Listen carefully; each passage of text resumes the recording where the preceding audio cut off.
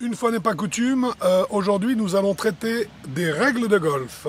Exactement, un petit peu différent du but du jeu au golf, qui est de mettre la balle dans le trou en le moins de coups possible, avec un outil sur un terrain délimité.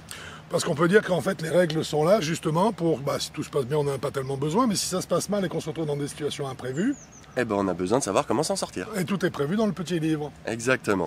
Et donc c'est de ça que nous allons parler.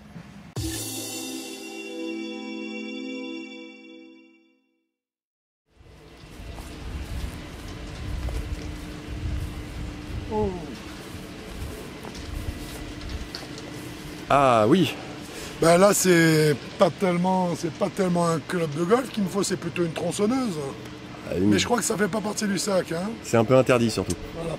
Bon, je joue le drapeau qui est juste derrière cette énorme chaîne. Il est évident que ma balle est injouable, je ne peux absolument pas la jouer, placer comme elle est.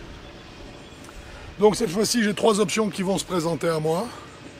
La première, évidemment, je vais relever ma balle, va consister à retaper ce coup de l'endroit où je l'ai joué. Tout ça me coûtera un point de pénalité, bien sûr. Puisque c'est toi le responsable de l'emplacement de la balle. Personne ne m'obligeait à me mettre au pied de l'arbre. C'est moi qui ai raté ce coup, qui l'ai collé là. Je suis responsable, je mérite le point de pénalité qui m'est mis. Trois options donc de replacement.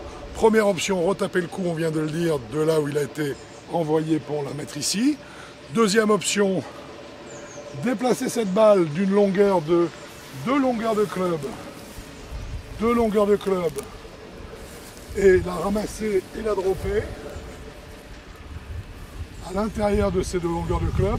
Vous pouvez marquer bien sûr la partie extrémité pour être sûr de ne pas dépasser. Donc on peut la dropper ici. Ou bien,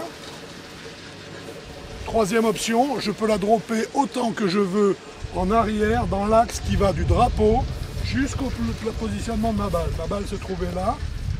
Je peux donc la dropper en arrière, drapeau, emplacement de balle, autant en arrière que je veux. Donc je peux me reculer de 5 mètres, 10 mètres, 15 mètres, 20 mètres, et pourquoi pas des fois de 100 mètres, pour cette fois être capable sur le coup suivant de passer par exemple au-dessus de l'arbre. Ce sont les trois cas de la balle injouable. Dans chacun de ces cas, évidemment, la pénalité est d'un coup. Parfait. Bah merci beaucoup Franck. Je t'en prie, mon cher Quentin.